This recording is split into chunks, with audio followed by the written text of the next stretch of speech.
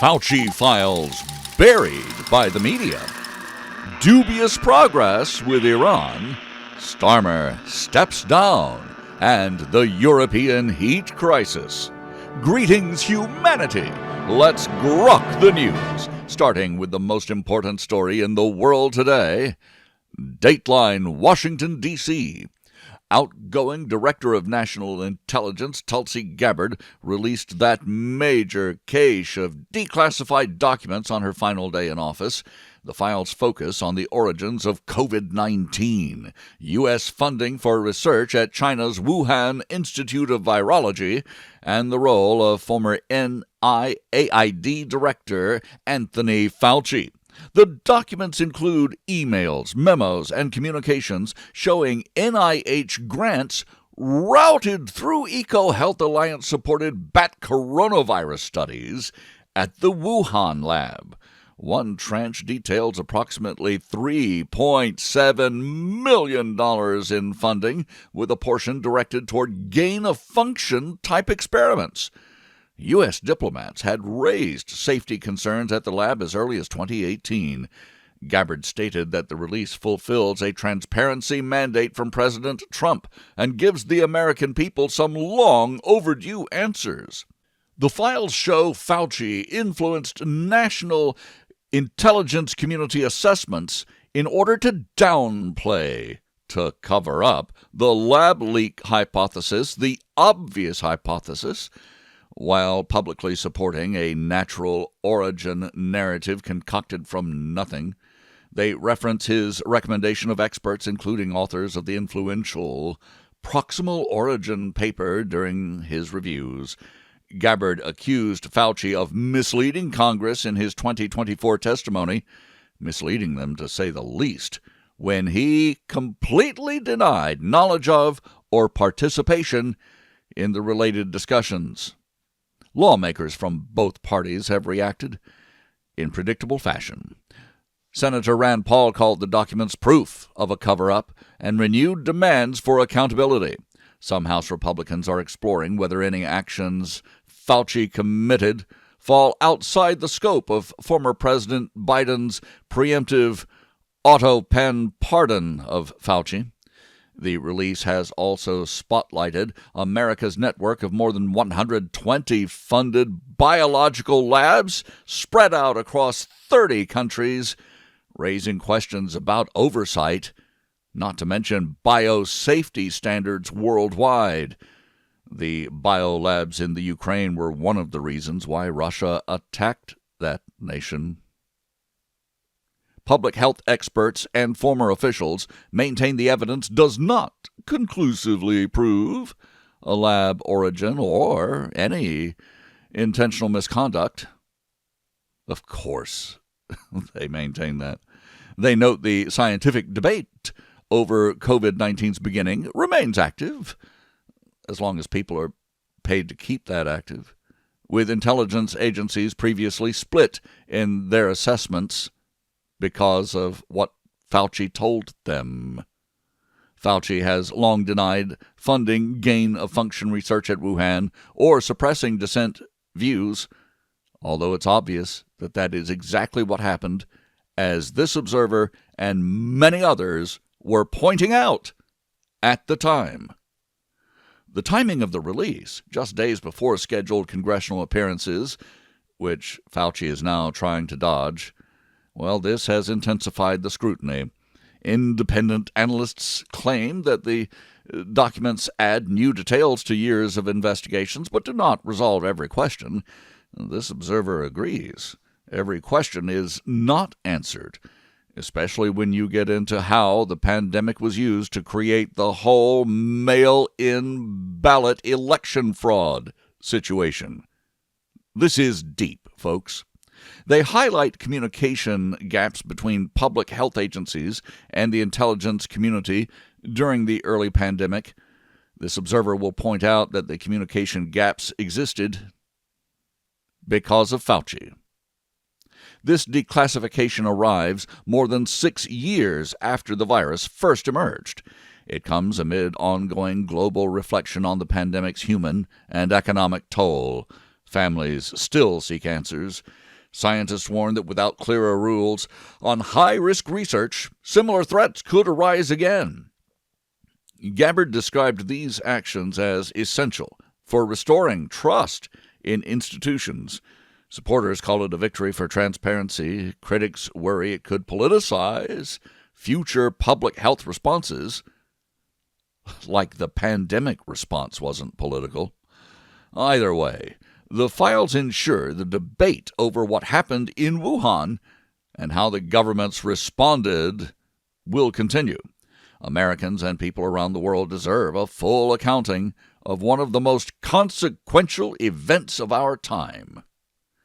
This observer remembers that most of these facts, in one form or another, were in the public record at the time. Coverage and cover-ups, then as now, favored the deep state and the bureaucracy, nearly destroying the Western economy and wreaking havoc on schools, students, churches, and small businesses. Don't get me started on the simultaneous cover-up of the dangerous, untested mRNA vaccines that shortened so many lives and created so much record profit for the pharmaceutical cartel and those who were gaining cash from every single COVID case they treated, including the guy in Florida who died in a motorcycle accident that they claimed was COVID-related. Please don't get me started. We will talk about nothing else. I'm Robert Gardner, using Grok each weekday to truthfully summarize the news, well seasoned with my opinions. We review a roundup of the most critical reports in the world right after this. God with Us, the story of Jesus, is a full narrative that misses nothing from the Savior's life. God with Us is adapted to modern language, formatted for easy reading, a faithful paraphrase divided into brief stories, fit for daily Bible study. This book presents the story of Jesus from his birth to his ascension.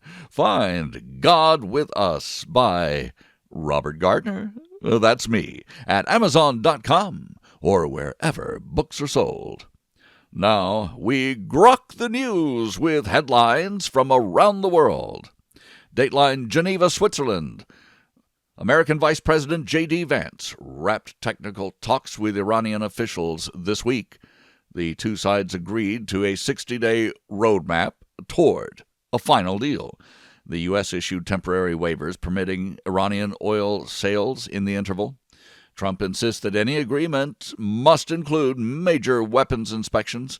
Israel has voiced concerns about Hezbollah activity near its border. Progress remains fragile as both nations weigh their next steps. Well, as this observer has said before, he has no faith whatsoever in any promise made by the current regime in Iran. And this observer is hoping that freedom for the Persian people is sooner rather than later. Dateline London, England. British Prime Minister Keir Starmer announced his resignation after mounting pressure within the Labour Party. Andy Burnham, the Manchester mayor marketed as the King of the North, emerges as the clear frontrunner to succeed him. This move caps a short and turbulent term marked by economic challenges and voter discontent over immigration and much else. Britain now faces another period of political uncertainty. This observer expects virtually nothing other than a doubling down of the same policies which have made the UK among the poorest and least free nations in the Western world. There have been 7 times more arrests for speech violations in the United Kingdom per capita in the last year than in Russia. This observer hopes that the freedom of the British people comes sooner rather than later. Dateline Paris, France. Europe sweltered under a dangerous heat wave this week. France issued its highest red alert in multiple regions.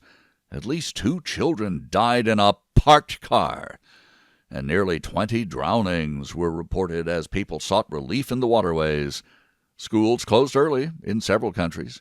Meteorologists warn the extreme temperatures could set some new June records. Dateline New York, New York. Alan Greenspan, the influential former Federal Reserve chairman who shaped American economic policy for decades, has died at the age of 100. Tributes poured in from world leaders and economists.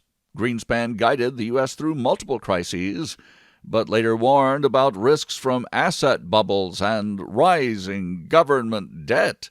His long tenure defined modern central banking. This observer is not a fan of central banks, but as central bankers go, Greenspan was among the better ones. Dateline Washington, D.C. The reflecting pool at the Lincoln Memorial showed fresh signs of vandalism. Mind you, this has been a much bigger story in the press than even the Fauci File release. President Trump blamed outside agitators and ordered immediate repairs. A former Olympian faces charges in connection with earlier damage. Well, this observer saw that arrest, and he believes that cyclist was just reaching down like so many others and grabbing a souvenir of peeling paint off the side. Officials increased security around the national monuments as investigators examine whether these incidents are coordinated. I mean, somebody went through and cut a terrific gash down the side and tried to scratch up the bottom as well. They've been arresting people right and left. Dateline Los Angeles, California. The superintendent of the Los Angeles Unified School District resigned amid an active federal investigation. The departure comes as authorities examine district operations and finances. School board members expressed regret while promising continued stability for students. The probe's full scope has not yet been made public. This is a school district, like so many in America, that is utterly failing its students who grow up not even functionally literate. And they're admitted to college. Talk to any college English or history instructor, and they'll tell you, these kids coming to school now, many of them can hardly read at a third-grade level. Dateline Minneapolis, Minnesota. Yet another federal judge has blocked the Department of Justice subpoenas targeting Governor Tim Walz and Minnesota Democrats. The ruling involves an immigration enforcement matter. Legal experts say that the decision protects the separation of powers. The case highlights ongoing tensions between federal authorities and certain, in this opinion, seditious state leaders. Dateline Montreal, Canada. A gunman killed a police officer and a civilian outside a Hilton hotel before officers shot him dead. The attack occurred near Jewish community sites. Canadian leaders condemned the violence and promised a full investigation. Security was tightened across the city in response to the incident. Dateline Kinshasa, the Democratic Republic of Congo.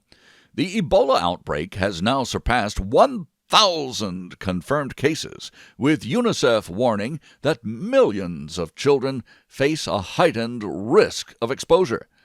Health workers continue dangerous frontline efforts despite major logistical challenges in an area of rough terrain, rougher roads, rougher society with warring factions and a long belief in witch doctors rather than Western medicine.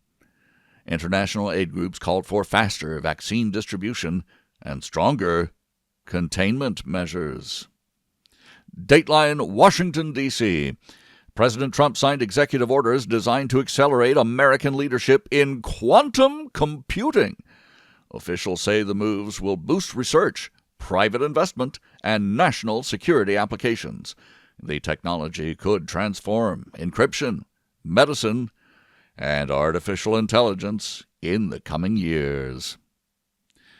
Dateline Washington, D.C. Federal authorities charged additional suspects in an alleged plot to attack a major UFC event. We're talking, yes, about the one on the White House lawn. Officials described the ringleader as a Mexican national living illegally in the United States. The scheme reportedly involved violence at that high-profile venue. They were planning to use drones to dive-bomb the crowds and move them into range of snipers. Investigations remain active. Dateline New Delhi, India. A massive fire in a northern Indian building killed at least 15 people. Authorities ordered a full inquiry into safety violations.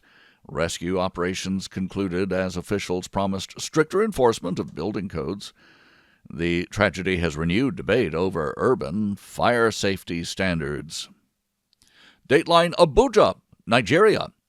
An armed group killed at least 20 people in a village attack and exchanged fire with the police.